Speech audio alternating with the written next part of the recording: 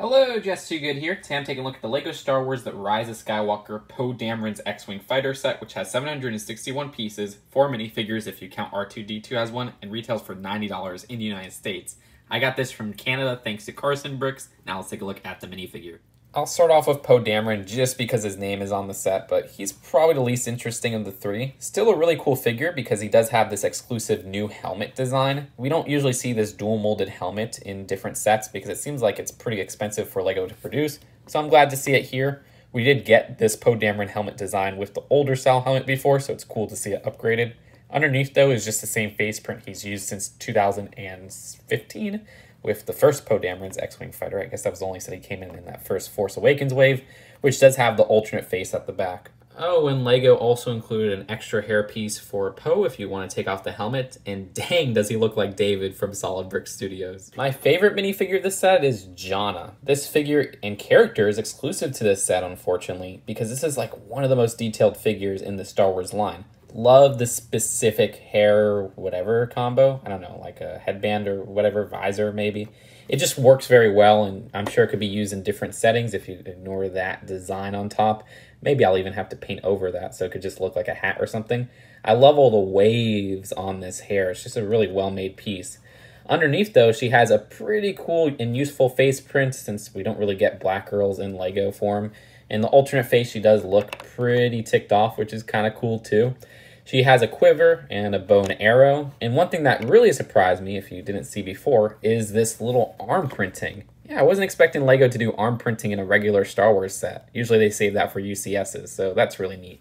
Oh, and she does have some back torso printing, which was covered up by her quiver before. As far as I could tell, R2 is just the same modern R2 we get in a bunch of different sets. Nothing too special here. But what is very nice and exclusive is this Knight of Ren. It seems like LEGO is going the Hobbit route and just putting a Knight of Ren in each of the more expensive Rise of Skywalker sets. I don't know if I like that technique, but the one in here is really darn good. He does have this new molded helmet that I have never seen before. It could be used in a medieval setting, which is kind of awesome. And I don't know if they'll ever reprint it with any other figure because it seems like these are each getting specialized helmets in one way or another. Other than that, though, the printing on the helmet looks fantastic. I like that silver part.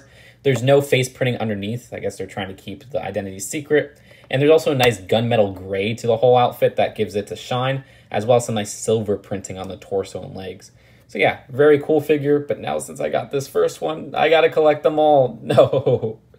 So the main build is the X-Wing, but first we'll take a look at this little ladder. Yeah, super simple compared to the one that they did in 2015, and even that wasn't that elaborate, but let's take a look at the main build.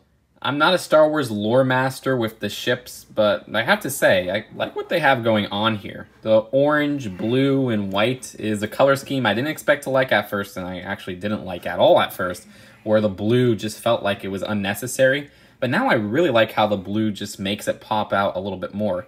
It's more used towards the back of the vehicle, which I like. And the only time I don't like the blue here is with this one part at the front. But that's it, because it just looks so jarring compared to the rest of the white, gray, and orange at the front. Either way, I like how the front uses techniques like these jumper pieces to get the alignment all perfect. It all comes together pretty well and is fairly easy to build. For the main cockpit, that design, I believe, isn't a new piece. And if I'm not mistaken, the same printing came with the last X-Wing, the original trilogy one. Inside, it's pretty cramped. There's a space to hold a blaster, a space to have Poe sit down, 2 printed 1x2s, which are not a new design. However, there is a printed 1x2 I'm not really familiar with. It's a little bit hard to see, but it's at the main console. So that was kind of a surprise to see. This similar design does come with a double cheese slope. On the inside to control, there's also a little stick, but not much more going on. Each side of the cockpit has a miniature stud shooter, which you know how those work. Also, there's a sticker near the front end of this left side.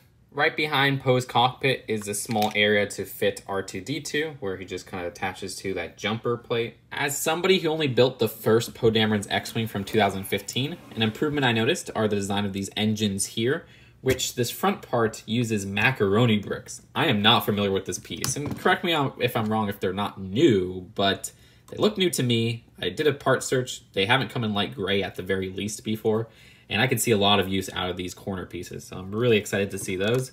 At the top, there's also a stickered part right there, which is one of the few stickers of the set.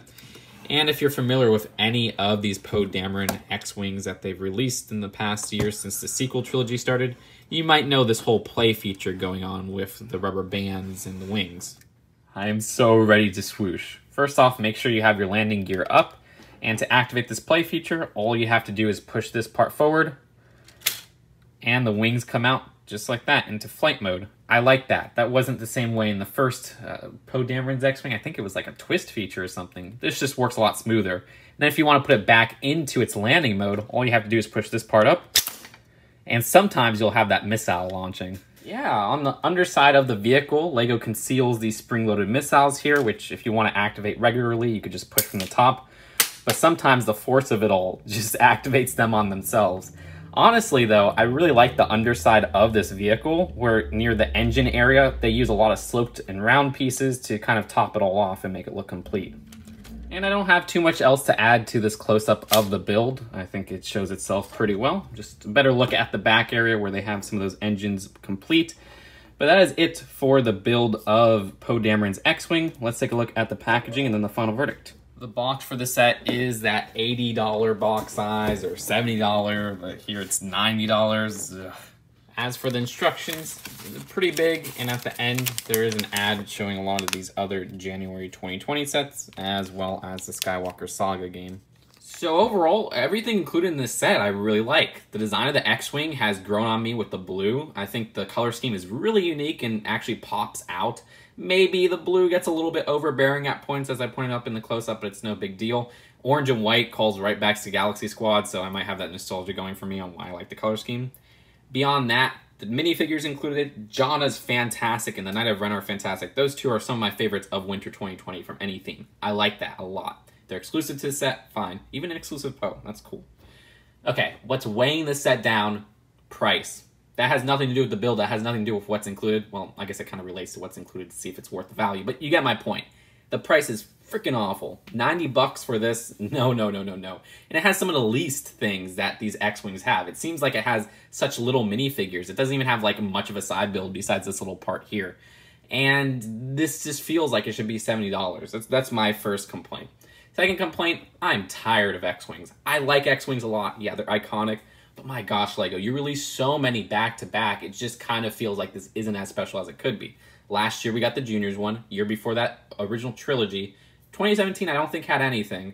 2016, summer had that Resistance one. 2015, fall had that original Poe Dameron's X-Wing. So it feels like they're just overloading us with X-Wings, and none of these can really stand out because of it. I can see how they've improved in the build with new additions like those macaroni bricks at the top, how they fixed that play feature. Not really fixed it, but just perfected it. All that, but at the end of the day, it just feels less desirable because they put so many of these out. So if that considered, I'd rate this one a C+. Again, I like everything that's included here. It just doesn't feel like it's worth the price, and it doesn't feel like it's worth even a slot in LEGO's Star Wars line, especially because we get so many X-Wings. Anyways, that's just my 2 cents. Let me know if I'm just too negative in the comments, just stating my opinion, and I'll see you guys later. Peace out.